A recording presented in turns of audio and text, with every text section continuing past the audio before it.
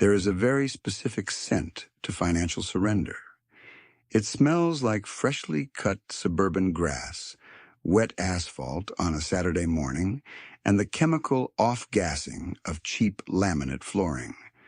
You drive through these pristine neighborhoods with their perfectly aligned mailboxes, and you see the ultimate symbol of the American victory condition. The 4-bedroom house, the 2-car garage, the kingdom. But if you had glasses that could strip away the drywall and the vinyl siding, you wouldn't see castles. You would see 3,000 square feet of pure, unadulterated panic. Take Ethan. Ethan just turned 34. He shakes the realtor's hand, takes the shiny brass keys, and poses for the mandatory social media picture in front of the sold sign. His friends comment with congratulations. His parents are proud. Society pats him on the back because he finally stopped throwing money away on rent. He is officially a homeowner. But let's look at the actual anatomy of Ethan's new reality. He just drained 80% of his liquid savings to cover the down payment, the inspection fees, and the closing costs. His emergency fund is now a ghost. He is walking into a $600,000 asset with less than $3,000 in his checking account. He is completely broke, but he feels rich because the bank allowed him to borrow their money to buy a concrete box he can't actually afford to maintain. This is the modern tragedy of the premium broke. Ethan isn't struggling in the slums.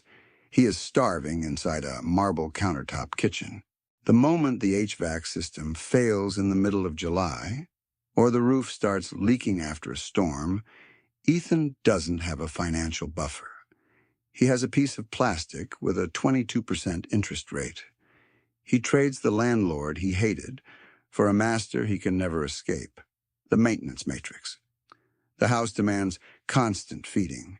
You can't put your old apartment couch in a massive suburban living room. It looks pathetic. So Ethan finances a $6,000 furniture set. The yard needs a riding mower. The empty guest room needs a bed. The lifestyle creep anchors itself strictly to the square footage of the property. Every empty corner of that house is a vacuum that sucks up his future, time, and capital. A mortgage is the most brilliant mechanism of social control ever disguised as a milestone of success. They convinced an entire generation that locking yourself into 30 years of geographical paralysis tied to a fluctuating, localized economy while bleeding compound interest to an institution is the definition of freedom. It isn't an investment. It is a highly leveraged, illiquid extortion racket with a nice patio. You don't own the property. The bank owns the property. And they are simply renting it to you with the added caveat that you are now legally responsible for every broken pipe and shattered window. And that is how the trap snaps shut. The 30-year fixed-rate mortgage is the ultimate labyrinth, and the cheese is a master bathroom with a double vanity. You willingly step into the cage, lock the door from the inside, and hand the key to the lender. Every morning, Ethan wakes up at 6, sits in gridlocked traffic for 45 minutes, and goes to a middle management job he secretly despises. Why?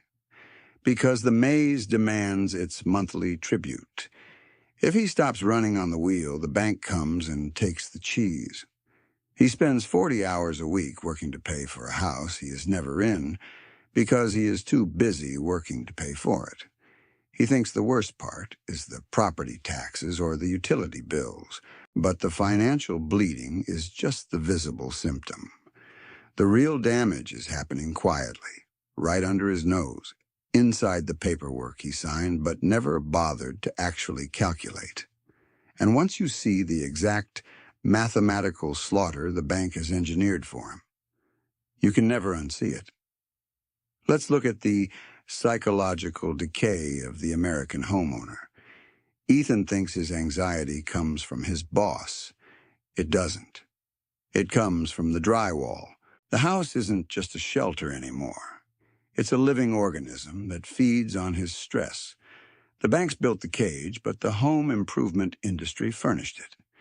They convinced you that spending your only 2 days off wandering through giant, fluorescent-lit warehouse aisles, looking for a slightly different shade of beige paint, is a normal weekend hobby.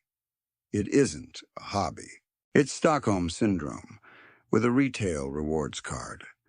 And then there is the ultimate enforcer of the matrix, the neighborhood itself.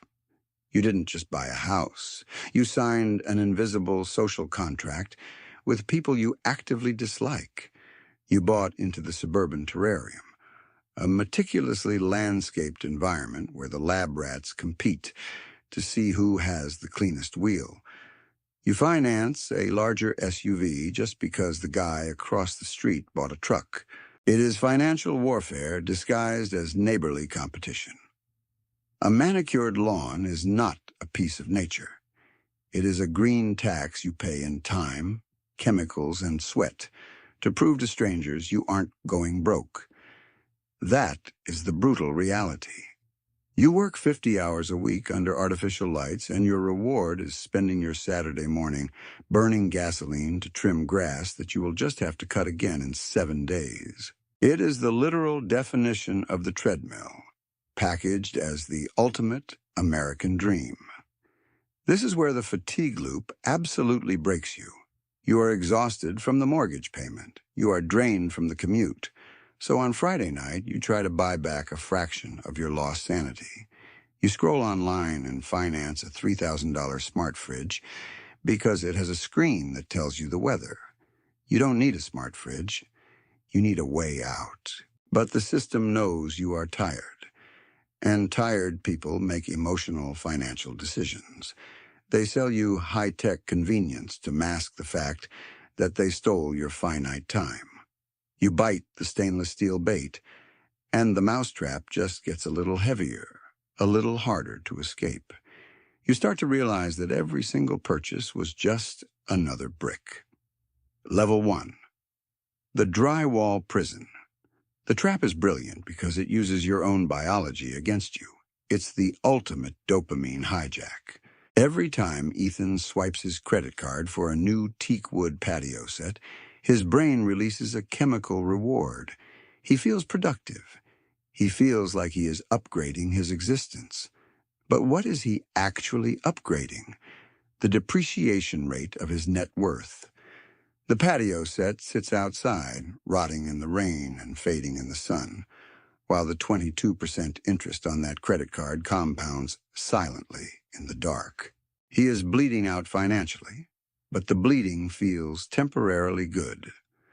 A property that requires your constant physical labor and liquid capital just to maintain its baseline market value is not an asset. It is a highly demanding second job that refuses to pay you a salary. The machine wants you to confuse maintenance with investment. They desperately want you busy. If you are busy worrying about the mold in your bathroom grout, the peeling paint on the shutters, or the weeds in your driveway, you aren't plotting your escape. You are perfectly distracted. You are exactly where they need you to be, docile, severely indebted, and violently defensive of your own captivity. And while you are distracted by the paint colors, the actual mathematics of your loan are operating in the background, quietly devouring your future piece by piece. You think the worst part is the weekend labor. Wait until you see what the lender actually did to the numbers. Let's look at the amortization schedule. The bank hands Ethan a piece of paper that says his payment is $4,000 a month. What they intentionally obscure is the front-loaded interest trap. For the first 10 years, Ethan isn't actually buying a house. He is aggressively renting the money. Out of that $4,000, barely $800 actually goes to his principal.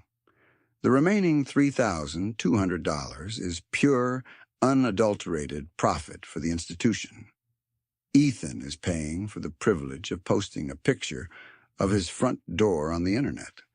while the lender builds glass skyscrapers using his actual blood and sweat. Let's run the opportunity cost. The brutal math they refuse to teach in schools because it shatters the entire consumer economy. Ethan liquidated $100,000 for his down payment, closing costs, and moving fees. If he had taken that exact capital, dumped it into a boring index fund, and continued renting a modest apartment that he could actually afford, what happens? Over 30 years, assuming a conservative historical return, that initial $100,000 compounds into over $1,500,000. Liquid capital. Untouchable. Cash he can deploy anywhere in the world. Freedom in its purest form, but instead he buried his freedom in the dirt. Level 2, the dead equity trap. He buried his capital to buy a liability that requires a constant IV drip of his incoming cash flow. The realtors tell you that real estate always appreciates. They sell you the dream of equity.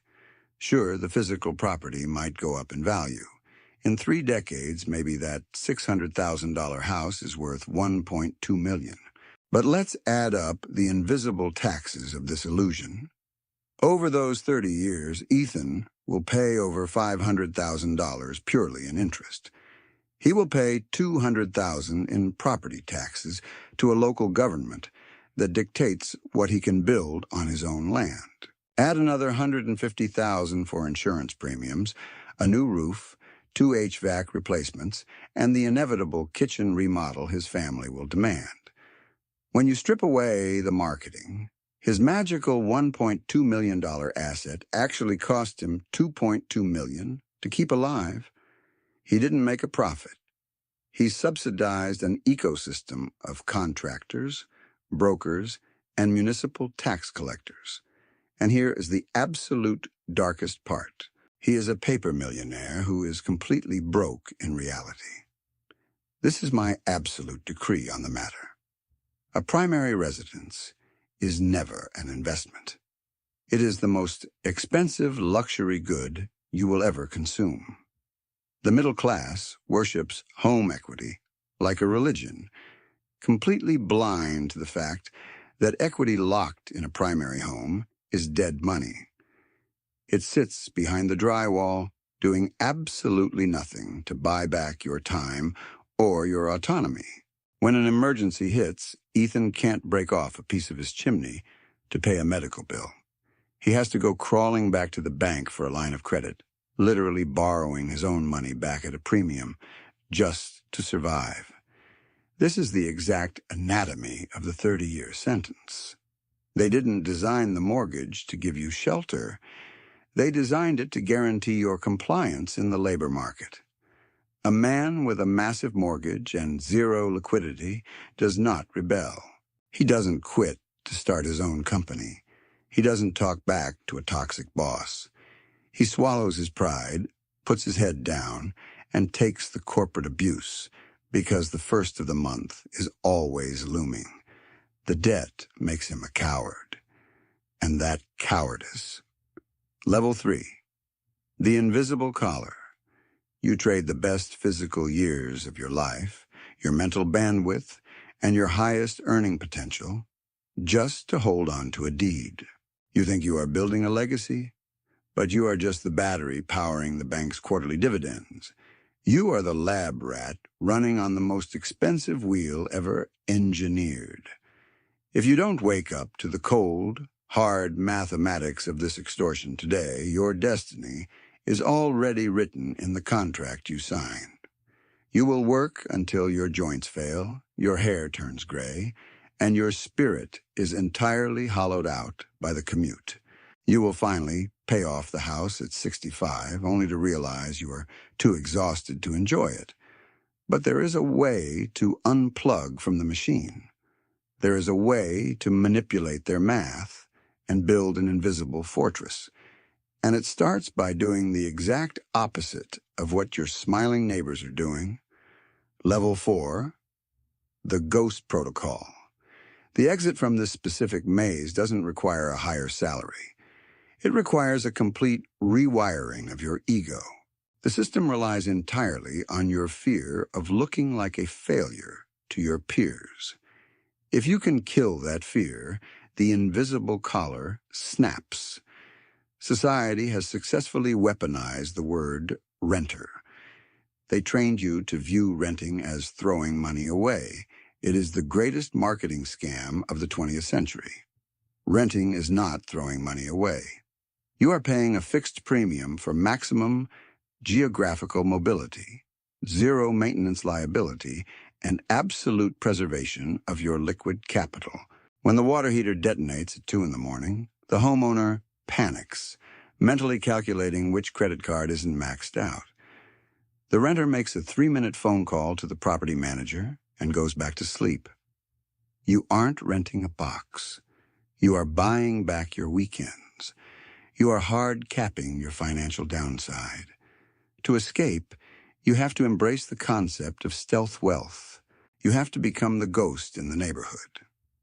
Imagine the sheer, unadulterated power of being completely underestimated. The ghost doesn't finance a massive brick cage to impress people he actively avoids at the grocery store. He lives in a modest, leased apartment. He drives an 8-year-old sedan with a pristine engine and scratch paint. His co-workers look at him with a mix of pity and confusion. They think he is falling behind. They think he is losing the race. But here is my absolute decree on the architecture of true freedom. The loudest asset in the room is always the heaviest anchor. Real leverage is entirely invisible. While Ethan is spending his Sunday morning scrubbing the mold off his vinyl siding, the ghost is sitting in silence, watching his capital compound. His wealth isn't trapped in drywall. It is deployed in the market, working 24 hours a day, generating quarterly dividends that quietly cover his living expenses. He has no geographical loyalty. Liquidity is the ultimate shock absorber for the human nervous system. When the economy contracts and the mass layoffs begin, the guy with the massive mortgage stops sleeping. His heart rate spikes every time his manager sends a calendar invite. He is a hostage to his own lifestyle. But the ghost? The ghost has 3 years of living expenses sitting in a high-yield account and a portfolio of unencumbered assets. A layoff isn't a crisis. It is an impromptu vacation. He possesses the ultimate modern superpower, optionality. The banking system views you as a battery.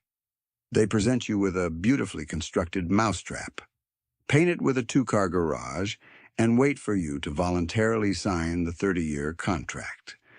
The tragedy isn't that the bank sets the trap. The tragedy is that the lab rat spends its entire adult life polishing the bars of the cage, genuinely believing it is building a kingdom. You have to choose. You can be the king of a heavily financed concrete box, sweating every time the wind blows a shingle off your roof. Or you can be the ghost, unseen, highly liquid, and completely immune to the gravitational pull of consumer debt. The exit is right there, but you have to be willing to walk away from the cheese. If you survived this far, drop a comment saying liquid concrete. The algorithms won't understand it. The real estate agents will just scroll past it. But the ghosts will see it. We will know who is quietly building an empire in the dark. Oh,